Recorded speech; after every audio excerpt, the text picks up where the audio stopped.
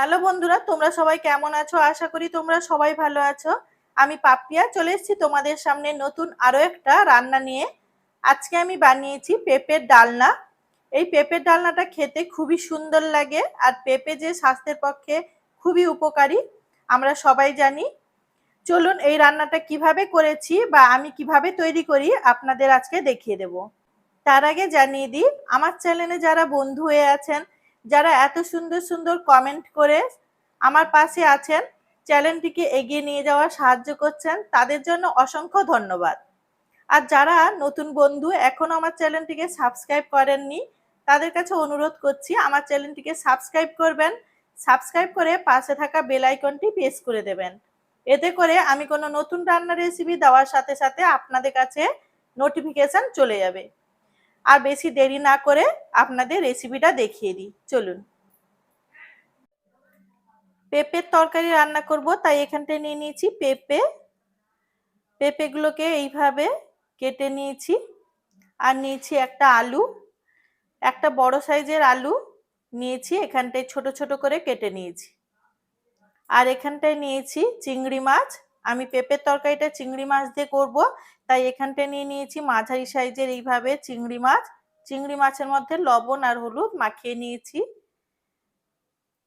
পেঁপের তরকারি তৈরি করার জন্য আমার এখানটায় আমি নিয়েছি দুটো পেঁয়াজ, ছোট সাইজের দুটো পেঁয়াজ নিয়েছি আদা, একটা টমেটো, হলুদ গুঁড়ো, লঙ্কার গুঁড়ো, লবণ, চিনি, নিয়েছি গোটা জিরে।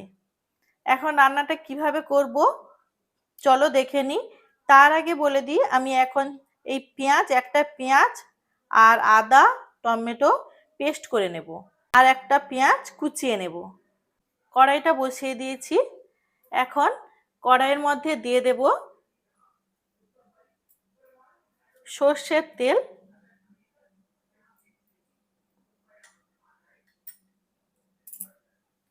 তেলটা এখন গরম হয়ে গেছে। তেলের মধ্যে দিয়ে দিচ্ছি চিংড়ি মাছ। চিংড়ি মাছগুলো ভেজে নেব।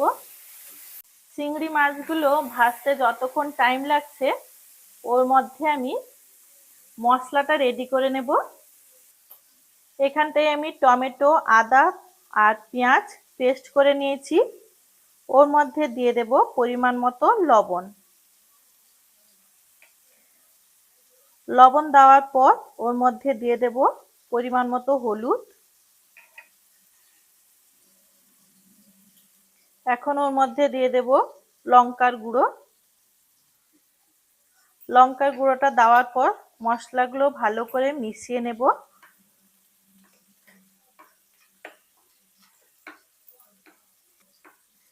এখানটায় মশলাগুলো ভালো করে মেশানো হয়ে গেছে। চিংড়ি মাছগুলো ভাজা হয়ে গেছে, আর বেশি লাল করে ভাজবো না চিংড়ি মাছগুলো।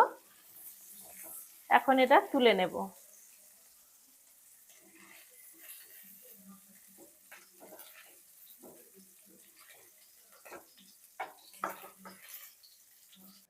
চিংড়ি মাছ ভাজার পর যে তেলটা ছিল, ওই তেলের মধ্যে এখন দিয়ে দেব আর একটু সামান্য একটু সর্ষের তেল। তেলটা দেওয়ার পর এখন তেলটাকে একটু গরম করে নেব।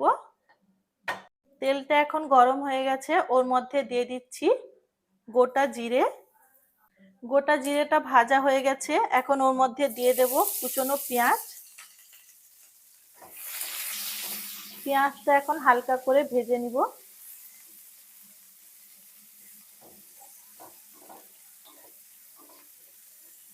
পেঁয়াজটা হালকা করে ভেজে নিয়েছি, এখন ওর মধ্যে দিয়ে দেব পেস্ট করা মশলা।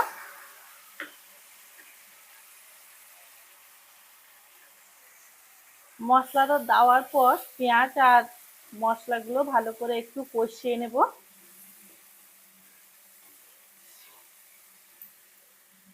মশলাটা কষানো হয়ে গেছে, এখন এর মধ্যে দিয়ে দেব আলু।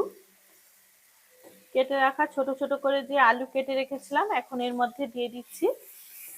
দেওয়ার পর মশলার সাথে আলুগুলো একটু ভালো করে কষিয়ে নেব।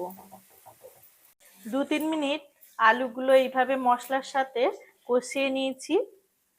এখন এর মধ্যে দিয়ে দিচ্ছি কেটে রাখা পেঁপে।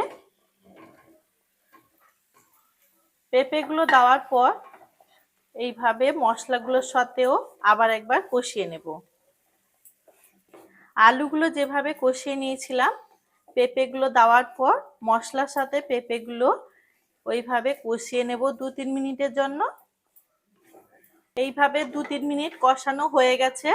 এখন এর মধ্যে দিয়ে দেব ভেজে রাখা চিংড়ি মাছ।